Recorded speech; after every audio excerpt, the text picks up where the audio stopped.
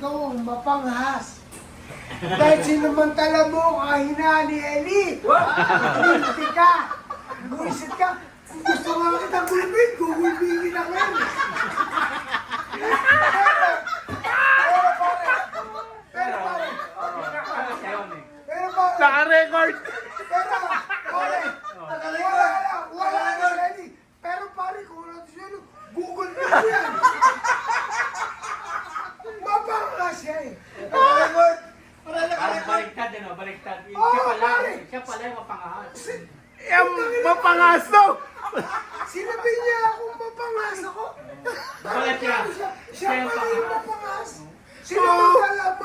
May- Sinamantala mo May katuwiran. kabaitan ng babae. Kaya, pangahas. Kaya, Tado ka. mapanganib yan! Pero kung tutusin, Judge, ano ba nasabi mo? Eh, si Pagano William, kinuha ko yung... pare simple lang. Napakaitim mo. Ang itim mo. Ino. Ang puti-puti ko. Sinamantala mo ako. Parang William, ano masasabi mo? Pakinggan nyo lahat ang sinasabi ni Parang Dodon.